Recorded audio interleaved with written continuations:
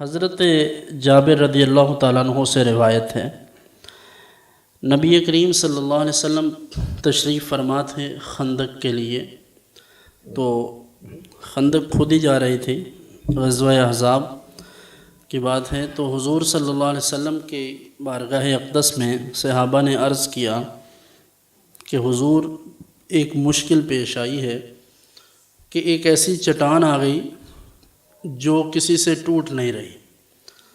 صحابہ توڑنے کی کوشش کرتے رہے لیکن وہ اتنی شدید تھی، اتنی سخت تھی کہ وہ ٹوٹ نہیں رہی تھی۔ مشکل پیش آئی تو صحابہ حضور کی بارگاہ میں حاضر ہو گئے۔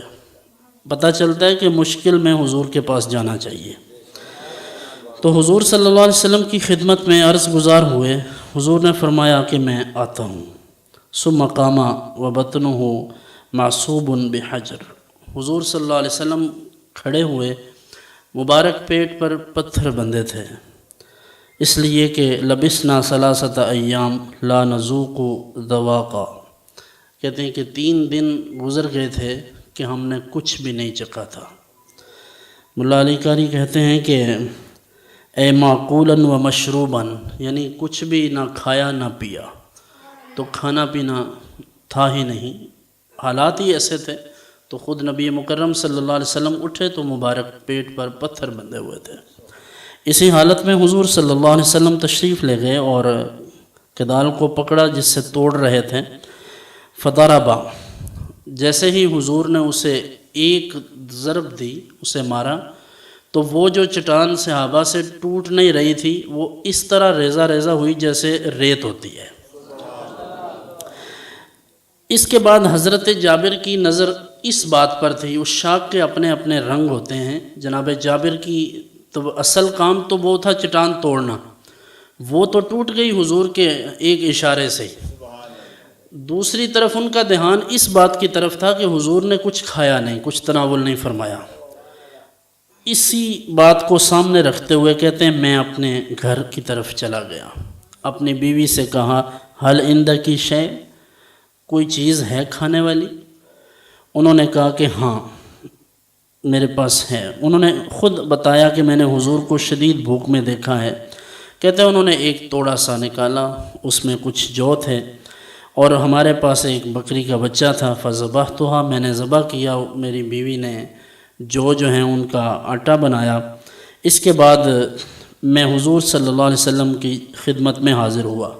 ثم جئت النبی صلی اللہ علیہ وسلم، بارگاہ اقدس میں حاضر ہوا۔ فساررت، تو میں نے کوشش کی کہ آہستگی کے ساتھ بارگاہ اقدس میں عرض کروں۔ ظاہر بات ہے کہ اگر 800-900 صحابہ ہوں تو حضور کے سامنے وہ جا کر یہ کہہ دیں کہ بکری کا ایک بچہ پکا ہے تو آپ تشریف لے آئیں سب کو لے کر، تو یہ تو بظاہر ناممکن تھا۔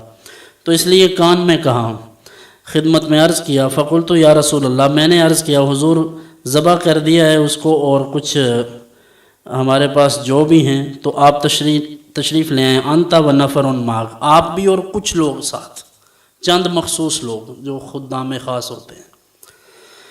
فصاح النبی صلی اللہ علیہ وسلم یا اہل الخندق ان جابرا صنع سورا طعاما۔ انہوں نے تو کان میں بات کی تھی، حضور نے اونچی آواز سے سب کو فرمایا بھائی خندق والو، جابر نے تمہاری دعوت کی ہے۔